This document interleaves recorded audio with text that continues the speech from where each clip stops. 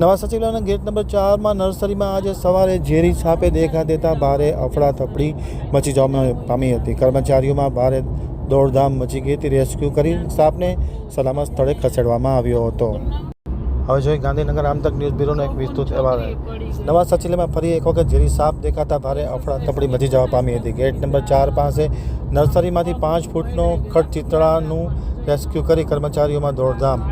રાજ્યના નવા સચિવાલયમાં આજે ઝેરી સાપે દેખા દેતા ભારે અફડાતફડી મચી જવા પામી હતી।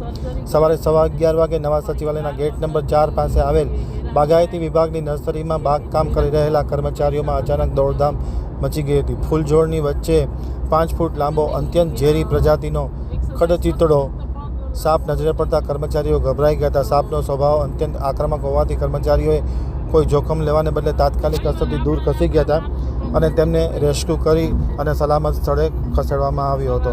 અવારનવાર આ નર્સરીમાંથી સાપ નીકળતો હોય ત્યારે કર્મચારીઓમાં ભય અને ગભરાટની લાગણી જોવા મળી હતી।